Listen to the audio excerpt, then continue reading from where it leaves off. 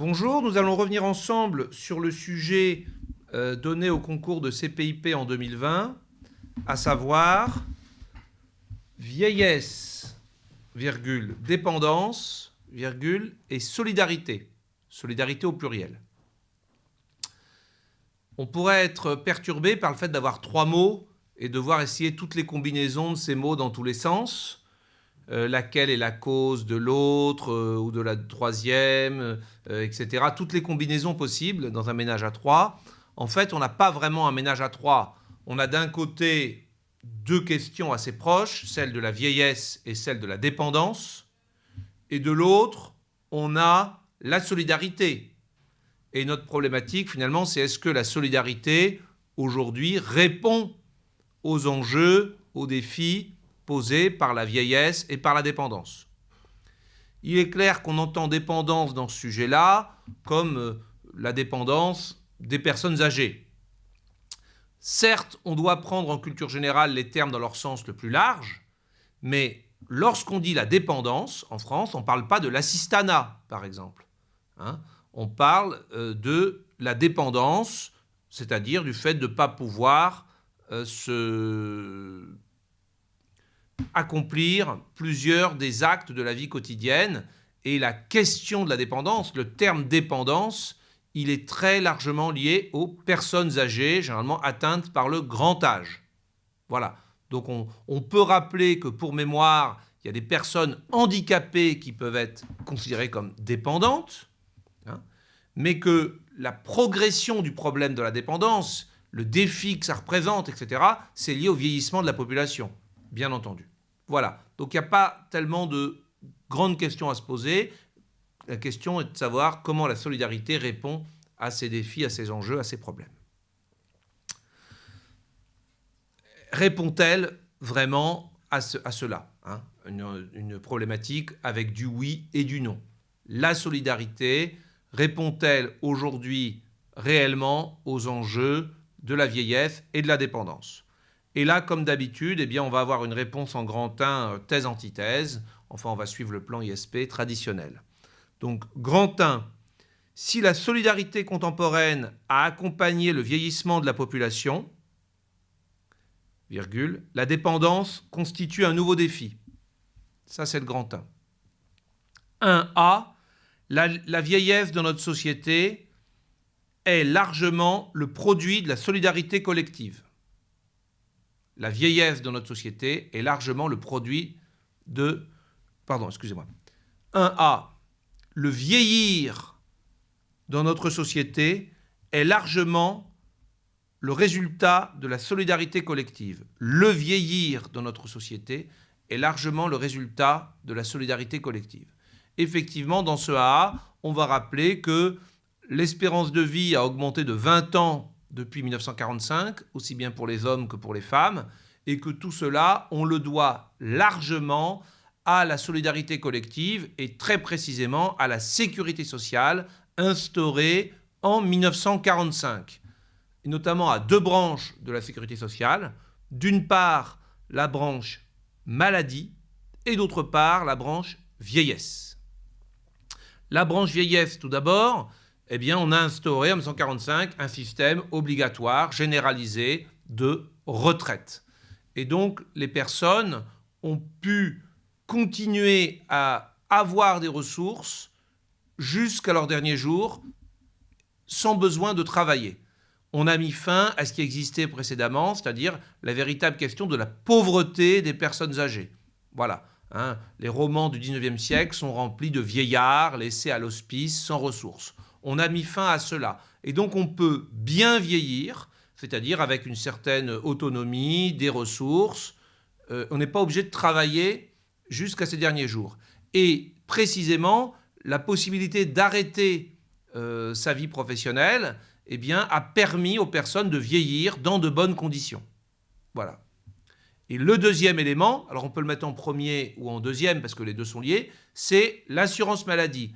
Le fait de garantir à tous les citoyens français, à tous les travailleurs, un accès aux soins par un remboursement, par la sécurité sociale, ça a permis d'améliorer l'état de santé de la population, en particulier de la population âgée, puisque c'est plus on avance en âge, plus il y a des risques de difficultés de santé. Et le fait de permettre un accès aux soins de tous a permis de vieillir et d'atteindre un âge plus avancé. Donc on a le vieillir et même le bien vieillir en France, il est le résultat clairement de la sécurité sociale, c'est-à-dire d'une expression de la solidarité collective avec ces deux aspects, l'accès aux soins, l'assurance maladie, et l'assurance vieillesse, qui sont deux branches de la sécurité sociale. C'est très clair et globalement, on peut dire que de ce point de vue, c'est un grand succès. Ça, c'est le 1A. Quant au 1B, 1B, la dépendance constitue un défi supplémentaire à la solidarité. En effet, la question de la dépendance n'était pas posée au départ, mais elle est la conséquence de l'évolution qu'on a vue en A. Pour une raison, c'est une conséquence, et une raison, c'est un défi. La dépendance est une conséquence de ce bien vieillir, dans la mesure où, effectivement, les personnes dans nos pays ont atteint des âges de plus en plus avancés, et notamment le fameux 4e âge, ou le fameux grand âge, qui fait que souvent, autour de 80 ans, on observe ce qu'on appelle le mouvement de déprise. C'est le terme de Vincent Karadec, le grand sociologue du vieillissement. Les personnes commencent un petit peu à avoir de plus en plus de mal à avoir une vie autonome au sein de la société, puis même à exécuter, à accomplir les gestes et les actes de la vie quotidienne. On bascule donc dans la dépendance, qui est la conséquence du vieillissement de la population et du fait qu'on atteint ou on dépasse, par exemple, l'âge de 80 ans. Pour les femmes, je vous rappelle que l'espérance de vie est aujourd'hui de 88 ans. Voilà, donc la conséquence du vieillissement, c'est l'arrivée dans le grand âge, et qui pose de nouveaux problèmes, la dépendance. Donc c'est la conséquence. Là où c'est un défi par rapport à la solidarité traditionnelle, c'est qu'on s'est rendu compte que les dispositifs de la sécurité sociale, l'assurance maladie et l'assurance vieillesse, donc les retraites et puis l'accès aux soins, n'apportaient pas de réponse à la question spécifique de la dépendance. Il y a eu notamment un grand débat à partir de la canicule de 2003 sur comment répondre à ce défi de la dépendance, puisqu'une personne dépendante a des besoins qui sont souvent d'assistance, notamment d'aide ménagère ou d'hébergement, qui sont sans commune mesure souvent avec sa pension de retraite. Donc il y a des besoins nouveaux, de ressources supplémentaires. Et inversement, la dépendance n'est pas non plus une maladie. Donc le système de retraite n'est pas une réponse à la dépendance, ni le système de la assurance maladie. On a eu tendance à garder les personnes dépendantes dans des lits de long séjour à l'hôpital, mais en fait, la dépendance n'est pas une maladie. Et donc, ce n'est pas non plus par le remboursement de soins qu'on peut traiter la question de la dépendance, d'où la nécessité d'une solidarité spécifique qui aujourd'hui prend la forme de l'APA, l'allocation personnalisée d'autonomie. Voilà. Alors, c'est un défi parce qu'il a fallu donc mettre en place une aide, une solidarité spécifique, avec des prestations spécifiques, l'APA est la principale, et avec la création de lieux d'hébergement spécifiques qui ne soient pas des maisons de retraite traditionnelles, ni des hôpitaux, mais qui soient ce qu'on appelle des EHPAD, établissements d'hébergement de personnes âgées dépendantes. Voilà, donc un nouveau défi, un problème supplémentaire qui n'était pas réglé par la solidarité existante. Enfin, voilà, ça c'est le grand 1. Le grand 2,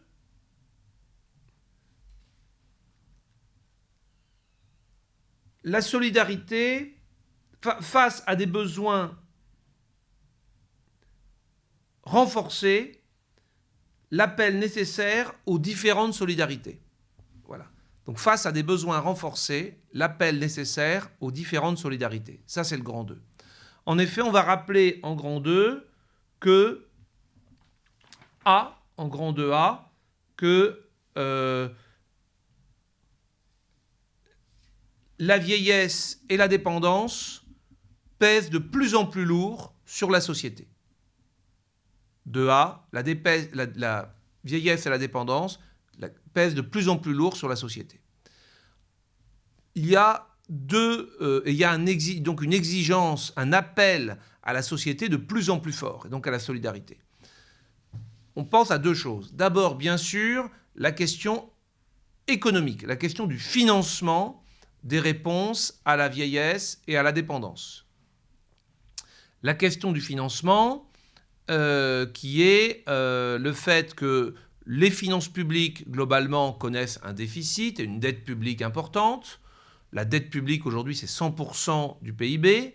Qu'au sein des finances publiques françaises, les dépenses de solidarité, les dépenses sociales représentent plus de la moitié. 55% des dépenses publiques, ce sont les dépenses de solidarité.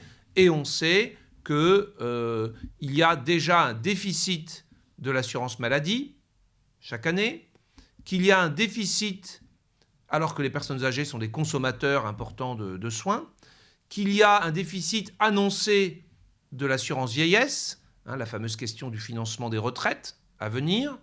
Et pour ce qui est de l'APA, on sait qu'il y a une difficulté des départements, qui sont les financeurs, à financer aujourd'hui l'APA, à telle enseigne que l'État a dû créer la CNSA, une caisse qui assure la péréquation entre tous les départements pour que les départements, notamment les plus pauvres, puissent continuer à assurer l'APA à leurs personnes âgées dépendantes.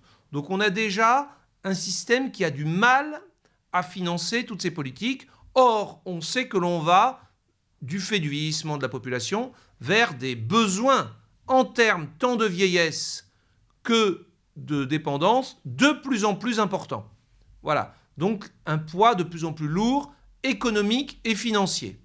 Ça, c'est un premier sujet. Le deuxième sujet, c'est sans doute qu'il y a un défi aussi, une charge qui est demandée à la société, qui n'est pas seulement économique et financière, mais qui est une question en matière d'intégration. En effet, il y a de plus en plus de personnes âgées. Donc aujourd'hui, les personnes de plus de 60 ans, c'est 20% de la population. C'était 10% en 1945. Et demain, on va vers 30%. De même, le pourcentage de personnes âgées atteintes par le grand âge, plus de 80 ans, ou dépendantes, ne cesse d'augmenter. Et donc, à côté des questions de réponse financière, on a un deuxième paragraphe dans ce 2A qui va être la question de l'intégration de ces personnes. Se pose en particulier, bien sûr, l'intégration pour les personnes dépendantes. Être capable de les relier à la vie sociale, qu'elles ne soient pas complètement isolées. Le défi pour nos sociétés, c'est de ne pas avoir 10 ou 20% de la population qui vivent complètement en marge de la société, finalement, dans la mesure où elles sont incapables de se déplacer, ou elles sont incapables d'autonomie, ne serait-ce que parce qu'elles sont atteintes de la maladie, comme la maladie d'Alzheimer. Voilà. Pour les personnes qui n'ont pas encore atteint la dépendance, il y a une autre question d'intégration qui se pose. On a réussi globalement à intégrer les personnes âgées dans les familles. Il y a un rôle aujourd'hui pour les grands-parents, assez reconnu. Dans la société en général, on voit bien que les personnes âgées participent à la société, s'investissent beaucoup, notamment dans le monde associatif.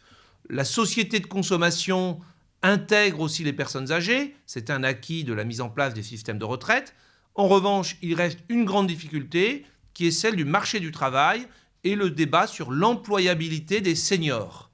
L'allongement le fait de repousser l'âge de la retraite, réforme après réforme, aboutit à rendre nécessaire le maintien sur le marché du travail en situation professionnelle de personnes, de salariés âgés, de plus de 60 ans ou au moins de plus de 55 ans.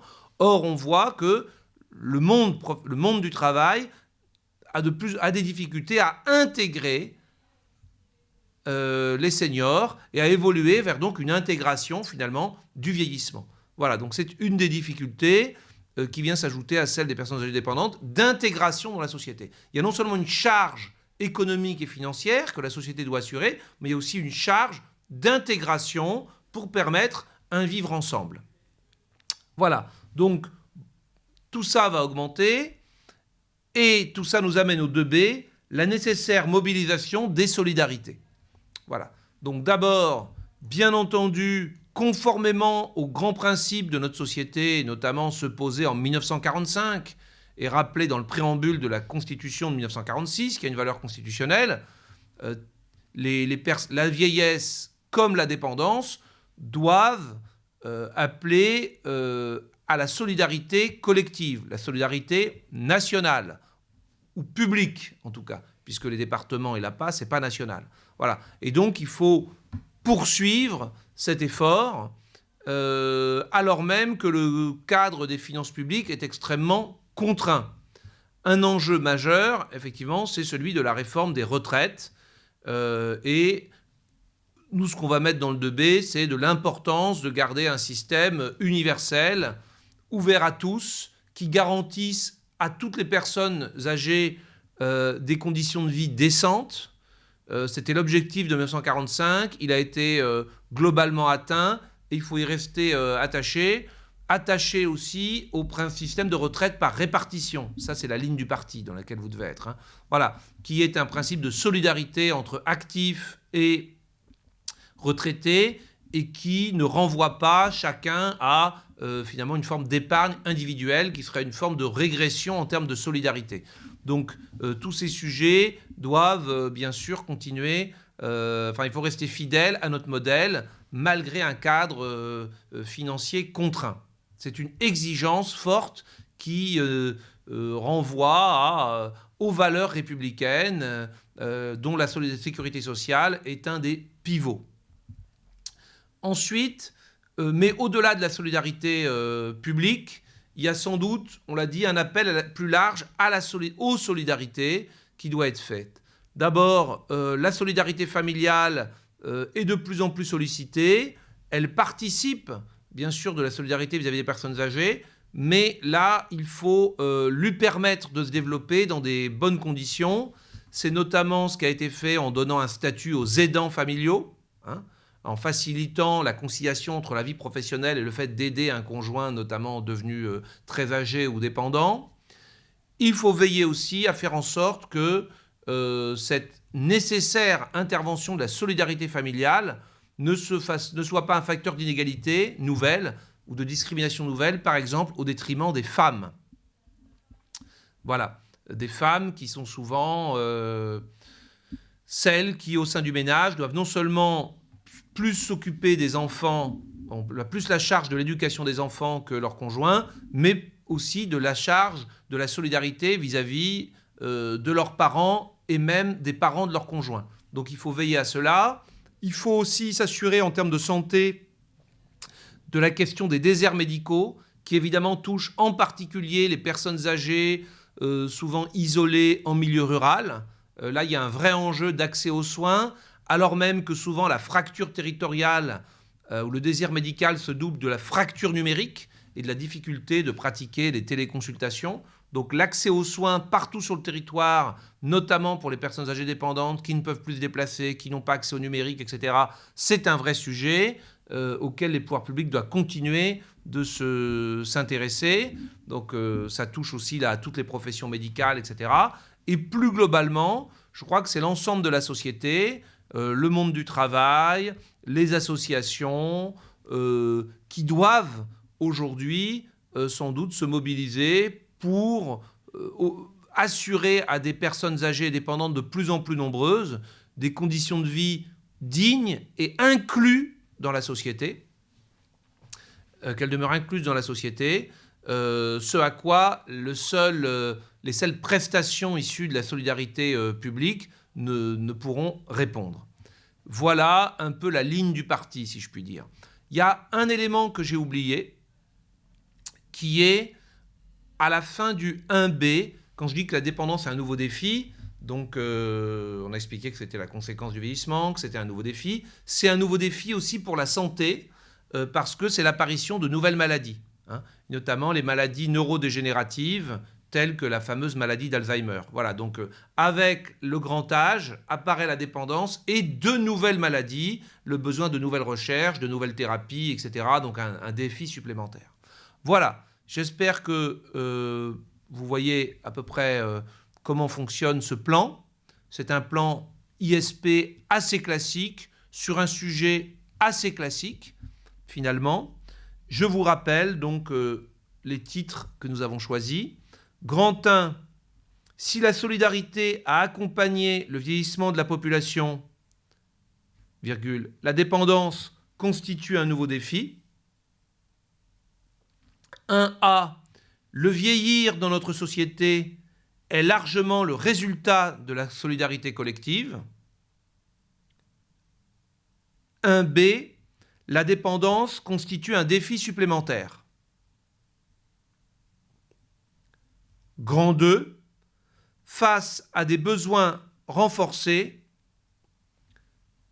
le rappel aux solidarités est nécessaire. 2A, la vieillesse, le poids renforcé de la vieillesse et de la solidarité dans nos sociétés à l'avenir.